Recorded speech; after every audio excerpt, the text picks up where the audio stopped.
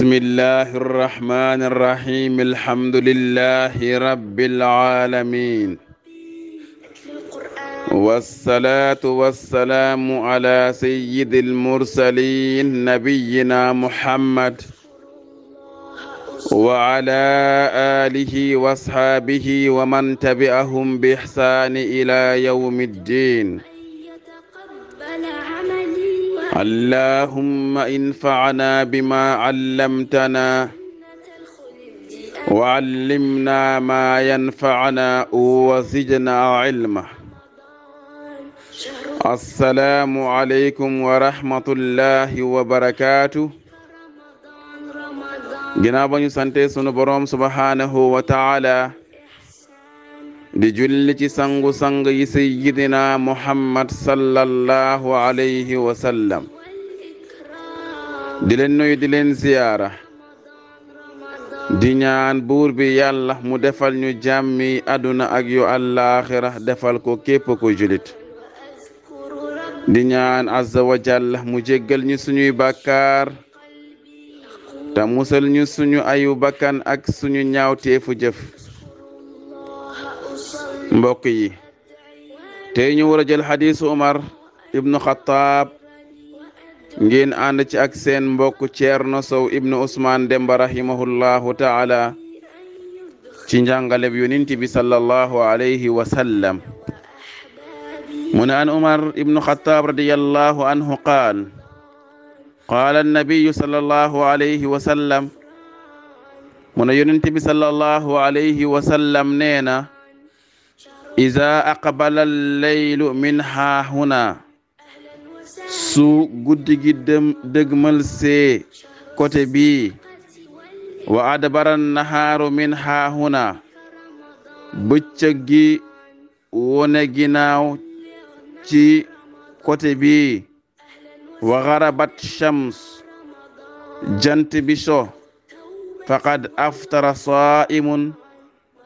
ki wooroon dogna. muttafaqun alayhi. Yonent bi sallallahu alayhi wa sallam mu ne saay bu guddi gi dëgmal see, bëccëg gi di wone ginnaaw, jant bi so, ki wooroon moom duut ñu ko woowe woorkat. kon lépp lu xaraamoon ci moom lu mel ne lekk ak naan su boobaa dafay dagan ci moom. kon moom sax su continuer di woor na jàpp ni dog na, ndax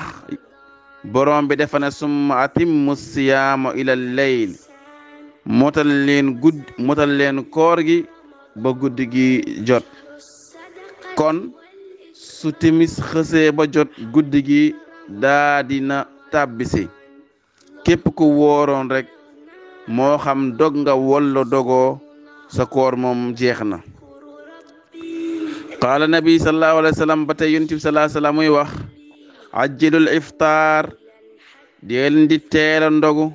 wa axiru suhuur, te di yéex a xëdd. Anas ibnu Malik radiyallahu anhu mu ne maa raaytu sallallahu alayhi wa sallam, musumaa gis Yonent bi sallallahu alayhi wa sallam xat benn yoon salla salaatal maghrib, muy julli timis, hatta yuftiru, ludul ne rek daa dog, walaw ala shurbatin min ma, donte sax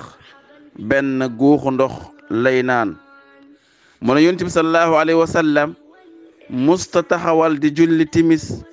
ludul ne rek daa dog ba pare, donte dafay guux benn guuxu ndox. ba tey mu ne Yonent bi sallallahu alayhi wa sallam yuftiru qabla an yusalli ala rutbat, daan na dog lu jiitu muy julli timis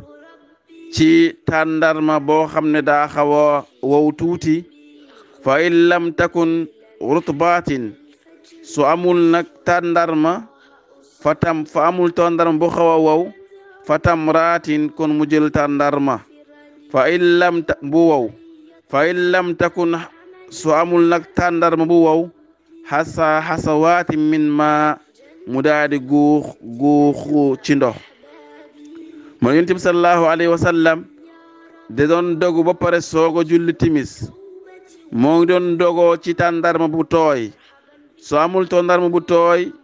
mu xool bu wow soo amul nag bu wow mu daadi guuxu ndox ba tey mu ne kaan sallallahu alayhi wa sallam qaal iza aftara saay bu doon dog moom yonent bi sallallahu alayhi wa sallam da doon wax zahaba zama mar gi dem na wabtatil xuruq tooy na sidit yi wa sabbatil ajru yal na fay gi sax insha allah su neexee yàlla yonent bi sallallahu alayhi wa sallam saay ba demoon bay dog da doon wax marga dem na buli yi tooy na waaye yal na yiw bi yal na tuyaab bi sax insha allah